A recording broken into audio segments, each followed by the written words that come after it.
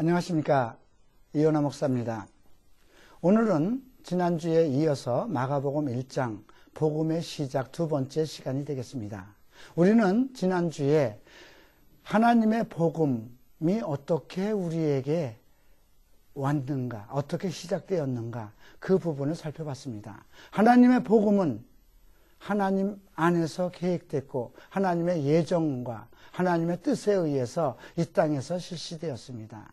그 복음은 느닷없이 나타난 것이 아니라 선지자를 통해서 성경의 기록을 통해서 우리에게 전달됐습니다.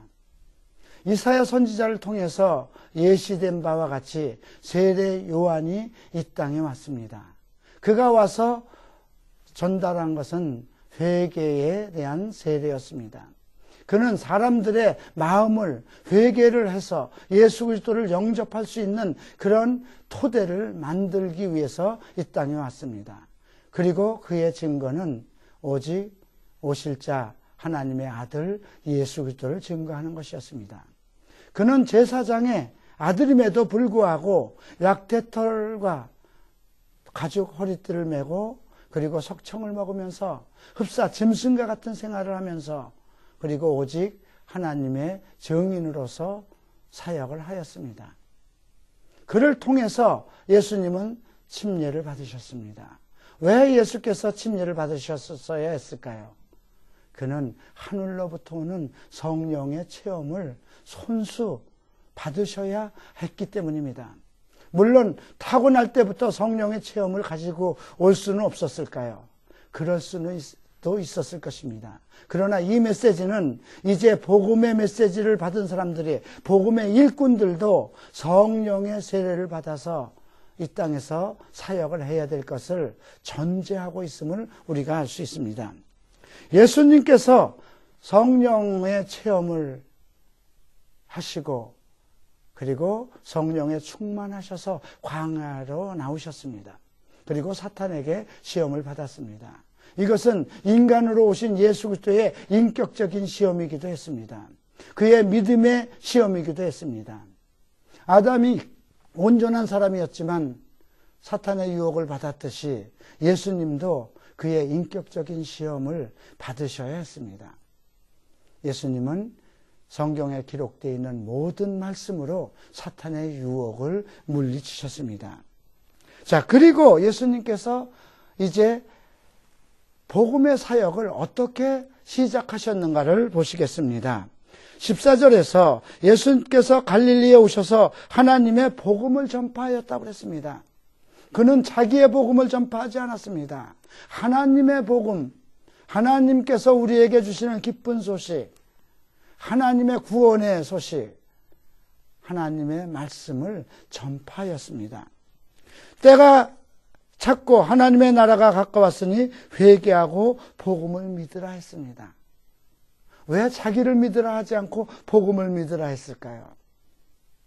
예수 그리스도 자신이 복음의 실체이고 하나님의 말씀이 복음의 실체이기 때문에 그렇습니다. 많은 사람들이 복음을 믿으라는 그 뜻에 대해서 잘 이해하지 못하고 있습니다. 교회를 믿으라고 전하는 사람들이 있습니다. 교회는 우리 믿는 자들의 공동체입니다. 우리가 믿어야 할 것은 복음입니다.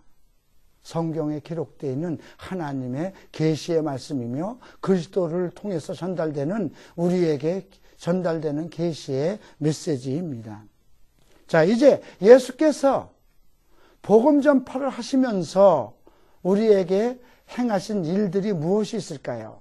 예수님은 제일 먼저 세상 가운데 오셔서 성령의 충만함을 받고 행하신 것이 복음 전파입니다. 두 번째는 무엇일까요? 제자 사역입니다.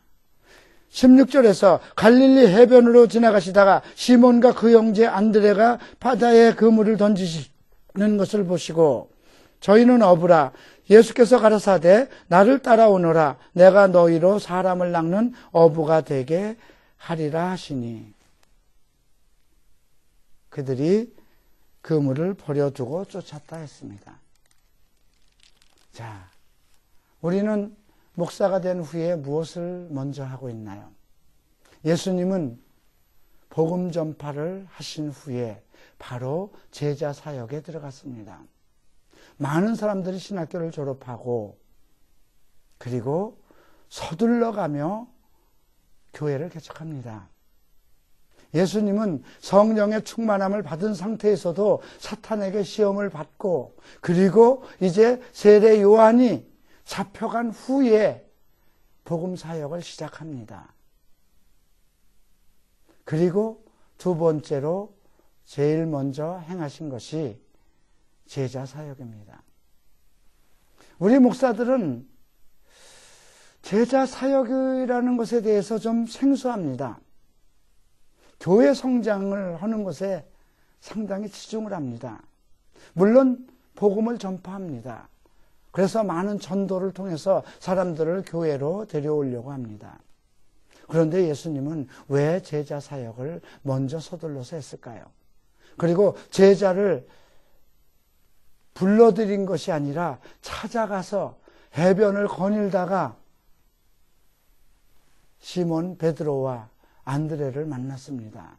그리고 또 조금 더 나아가시다가 야고보와 요한을 부르셨습니다. 자, 이제 우리가 21절을 보겠습니다.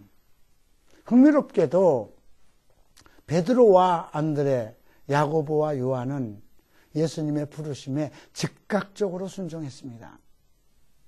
참 이것이 기적이 아닌가 싶습니다. 어떻게 자기 하던 일을 그대로 내놓고 바로 복음의 증인이 되고자 따라갔을까요? 이들 마음속에는 자기네들이 어부 생활을 하면서도 무엇인가 하나님 나라를 위해서 무엇인가 헌신하고자 하는 그런 마음의 준비가 되어 있기 때문이라고 생각됩니다.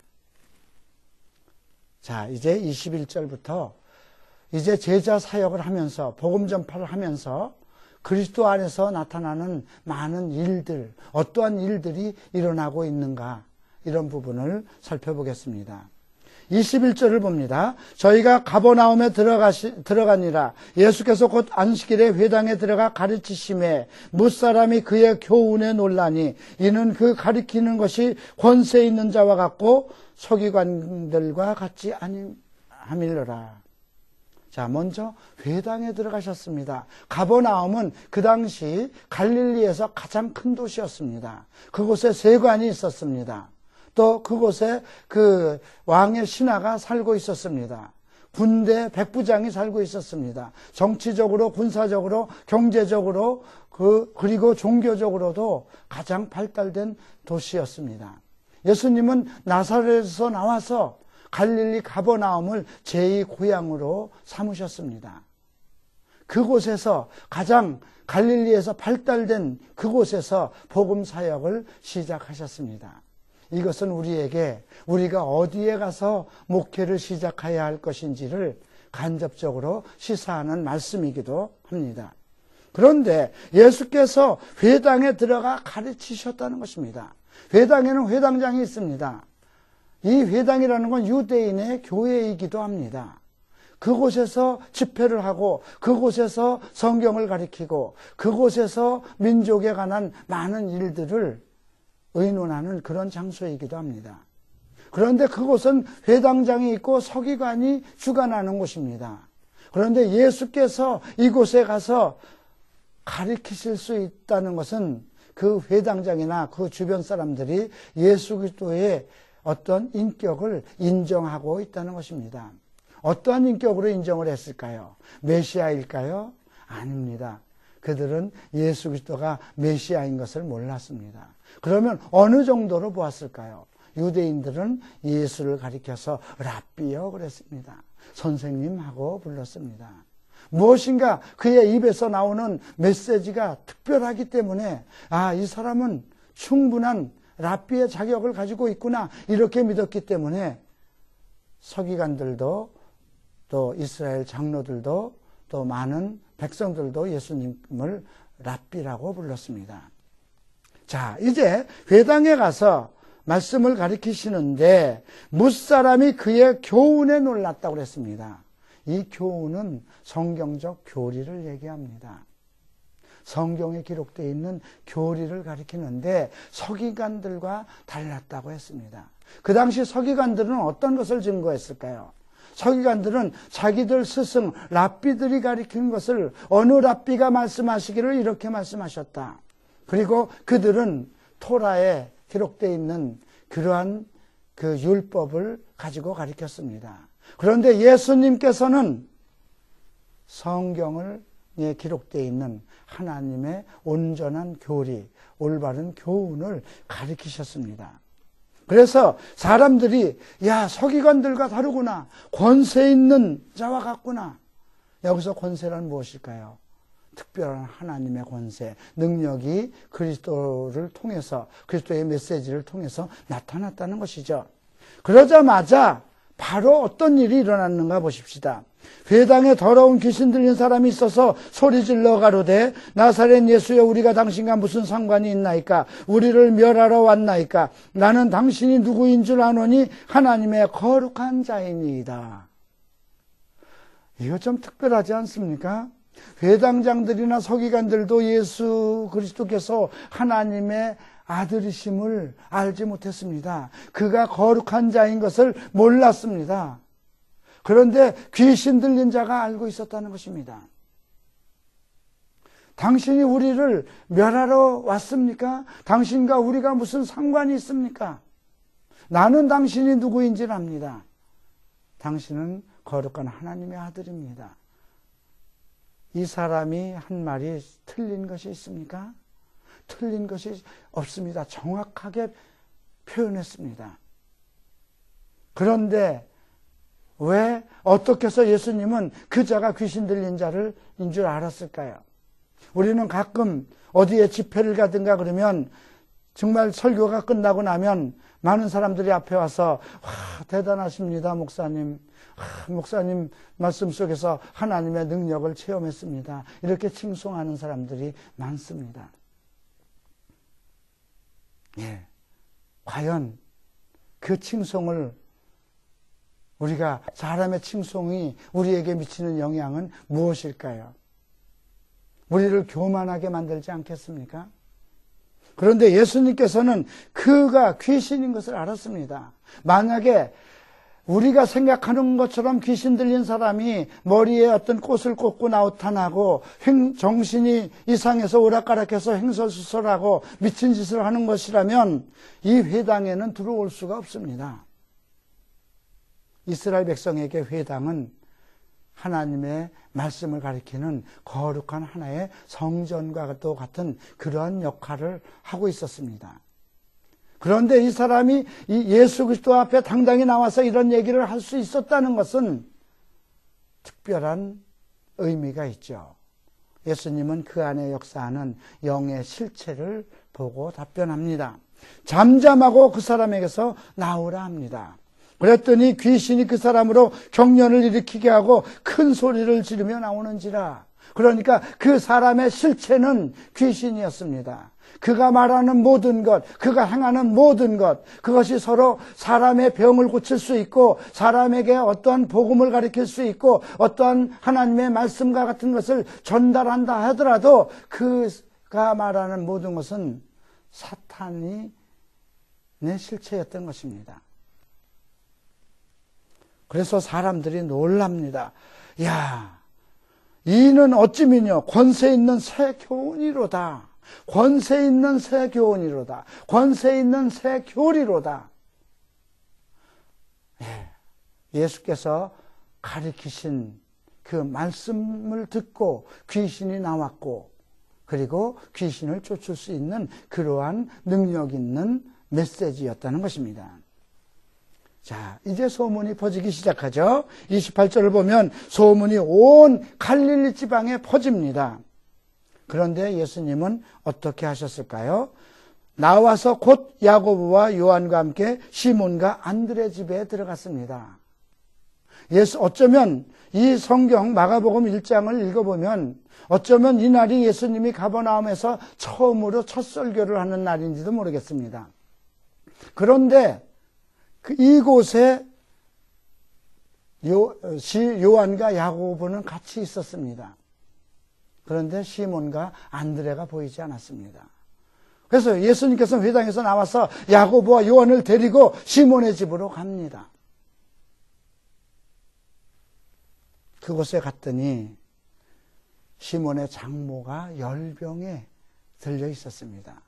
예수님께서 그 장모의 손을 일으켜 세우면서 귀신을 쫓았습니다.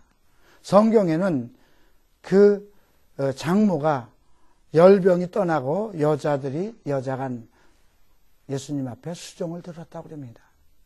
그 열병이 나가자마자 그 여인은 바로 예수님을 수종할 수 있는 그런 상태가 되었습니다. 자, 여기서 우리가 발견하는 것은 무엇일까요? 예수님께서 복음에 시작되면서 나타나는 영적인 전쟁을 볼 수 있습니다. 회당에서 말씀을 전파하고 있을 때 먼저 나타난 것은 귀신 들린 자입니다. 두 번째는 예수께서 수제자로 예상을 하시고 부르신 그 제자가 그리스도 앞에 헌신을 하지 못하도록 그리스도 앞에 나와서 이제 제자로서의 훈련을 받지 못하도록 하는 것입니다. 그 가정을 문제를 일으키는 것입니다. 오늘날 많은 주의 종들을 보면 신학을 하면서도 많은 사람들이 가족 때문에 문제가 생겨서 일을 못하는 경우가 있습니다. 저희 갈보리 채플에 헌신하고자 오는 어떤 사람들이 있는데 그 가족들이 못 가게 하는 경우도 많습니다. 이 세상에는 정말 많은 교단이 있는데 왜 교단에 소속되지도 않고 또 아직 시작된 단계인 갈보리 채플에서 사역을 하려고 하느냐, 그런 분들도 있습니다. 어쨌든 시몬과 안드레는 예수님의 그 제자로서 당연히 예수 그리스도께서 복음 전파를 하는 말씀을 가리키는 현장에 있어야 되는데 어떠한 일로 인해서, 집안의 어떠한 일로 인해서 장모가 열병에 앓고 있었기 때문에 나갈 수 없었습니다. 그런데 예수께서 꾸짖으시니 그 열병이 나갔다는 것은 무엇입니까? 그 열병의 실체가 악한 영들이었다는 것입니다. 이것으로 우리는 예수 그리스도나 교회를 공격하는 그 실체도 사탄이며 사람을 병들게 하는 그 실체도 귀신들인 것을 알 수가 있습니다. 자, 이렇게 돼서 이제 온 동네에 이제 소문이 더 납니다. 32절을 보죠. 저물어 해질 때에 모든 병자와 귀신 들린 자를 예수께 데려오니 온 동네가 문 앞에 섰더라. 얼마나 많이 모였을까요? 결국 이제 예수님은 그들을 다 병을 고쳐주시고 귀신을 쫓아주셨습니다. 그런데 특이한 것은 35절에서 새벽 미명에 예수께서 한적한 곳에 나가서 기도하셨다는 것입니다. 무엇을 위해서 기도하셨을까요? 이제 그 많은 사람들이 이제 온 동네가 그 집 앞에 문 앞에 모였습니다. 그런데 새벽에 예수님은 기도하러 한적한 곳으로 나갔습니다. 이제 시몬 베드로가 아침에 보니까 수많은 사람들이 예수님을 찾고 있습니다.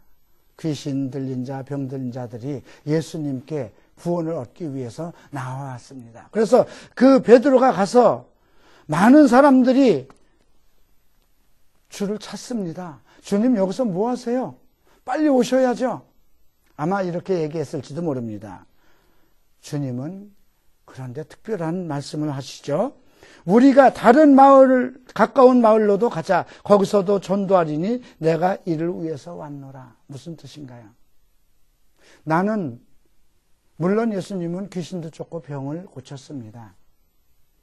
그러나 나는 이것만을 위해서 온 것이 아니라는 것입니다. 내가 한 주 사역은 그리스도의 복음, 하나님의 메시지, 하나님의 말씀, 복음을 전도하기 위해서 왔다는 것이죠. 오늘날 많은 주의 종들이 주객이 전도되는 일들을 많이 합니다. 성경에 기록되어 있는 모든 하나님의 메시지를 전달할 생각을 안 하고 성경 창세기부터 계시록까지 기록되어 있는 모든 복음을 전하려고 하지 않고 다른 일에 열중합니다. 병 고치는 일에, 귀신을 쫓는 일에. 왜 그럴까요? 그런 사역을 통해서 많은 사람들이 몰려오기 때문이 아닐까요? 그런데 예수님은 그 수많은 사람들이 몰려오는 것을 보고 정말 기도했습니다. 사탄이 예수 그리스도를 이제 뭐 복음 전하지 말고 너는 더 유명한 자가 돼서 이제 병이나 고치고 귀신이나 쫓는 그런 일을 하면 어떨까? 그렇게 유혹을 했을지도 모르겠습니다. 예수님은 내가 가까운 마을에도 가서 전도를 하여야 하리니 내가 이를 위해서 왔다고 그랬습니다. 자, 다음 구절을 보겠습니다. 40절부터는 문둥병자가 소개되고 있습니다. 문둥병자가 예수님께 나와서 원하시면 저를 깨끗하게 하실 수 있나이다 그럽니다. 그러니까 예수께서 민망해 여기시고 손을 내밀어 내가 원하니 깨끗함을 받으라 했습니다. 그러니까 문둥병은 정결의식을 통해서 이제 그 모든 병을 벗을 수 있는 그런 이스라엘 백성이든 고대든 지금이든 하나의 저주받은 병과처럼 그렇게 내려온 질병이었습니다. 그 원인을 알지 못합니다. 그런데 문둥병에 걸리면 감각을 상실하고 그리고 몸이 썩어서 결국은 죽습니다. 요즘에는 그 문둥병의 균을 발견을 했지만 그래서 그러나 이 병이 어떻게 시작되는지 그 발원지를 오늘날도 알지 못하고 있습니다. 구약 레위기에는 문둥병을 정결케 하는 의례가 기록되어 있지만 성경에는 복음서 예수 그리스도께서 이 문둥병자를 정결케 하기 전까지 이스라엘 속에서 문둥병자를 정결케 했다는 기록이 기록되어 있지 않습니다. 물론 미리암이 정결케 되었습니다. 나아만 장군이 정결케 되었습니다. 그런데 미리암은 율법이 주어지기 전에 사람이었고 나아만 장군은 율법 바깥에 있는 이방인의 장군이었습니다. 그러니까 이스라엘 백성에게 주어진 율법으로는 한 사람도 정결케 됐다는 기록이 없는 것은 매우 특별한 메시지를 우리에게 시사하고 있습니다. 예수께서 그를 민망히 여기셨습니다. 정말 애통하는 심정, 간장이 끊어지는 그런 심정으로 불쌍히 여기고 그를 정결케 하셨습니다. 그리고 엄히 경계하사, 엄히 경계했다는 건 이 말을 꼭 지켜야 된다고 강조하셨다는 것입니다. 가라사대 삼가 아무에게도 말하지 말고 가서 내 몸을 제사장에게 보이고 내 깨끗게 됨을 인하여 모세에게 명한 대로 저희에게 증거하라. 이 말은 무슨 말씀일까요? 이제 너는 모든 저주에서 풀려서 정상적인 이스라엘 백성, 하나님의 백성이 되었으니 너는 교회에 가서 목사의 말을 잘 듣고 믿음 생활을 하라 이런 뜻입니다. 그런데 예수님께서 모세에게 명한 것을 드리라고 그랬습니다. 이것은 성경에 기록되어 있는 규례대로 행하라는 말씀입니다. 그런데 그가 어떻게 했나요? 그러나 그 사람이 나아가서 이 일을 많이 전파하여 널리 퍼지게 하니 그러므로 예수께서 다시는 드러나 동네에 들어가지 못하시고 오직 바깥 한적한 곳에 계셨으나 사방에서 그에게 나아오니라. 이상하지 않습니까? 문둥병은 나가서 전파하지 말고 교회 가서 예수 그리스도에 대해서 성경 공부를 바로 해야 될 사람인데 그는 나가서 전도를 하게 시작했어요. 그러니까 오히려 복음을 전파할 그 복음의 실체 대신 예수 그리스도는 나아갈 길을 회방받고 있었어요. 자, 오늘 우리가 21절부터 나타나는 많은 성경적 사례를 보십시다. 복음이 시작되면서부터 예수께서 복음의 실체가 실제로 세상 가운데 나가서 복음을 전파하시면서 나타난 영적인 현상들입니다.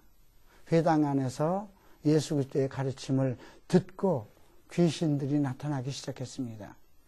그리고 수많은 사람들이 귀신을 쫓고 질병을 고쳐주자 이제 사탄은 예수로 하여금 그러한 유명인사가 되도록 다시 유혹을 합니다.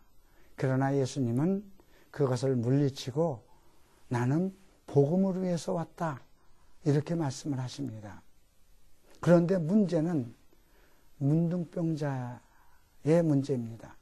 문둥병자는 성경에서 원죄로 상징되고 있습니다.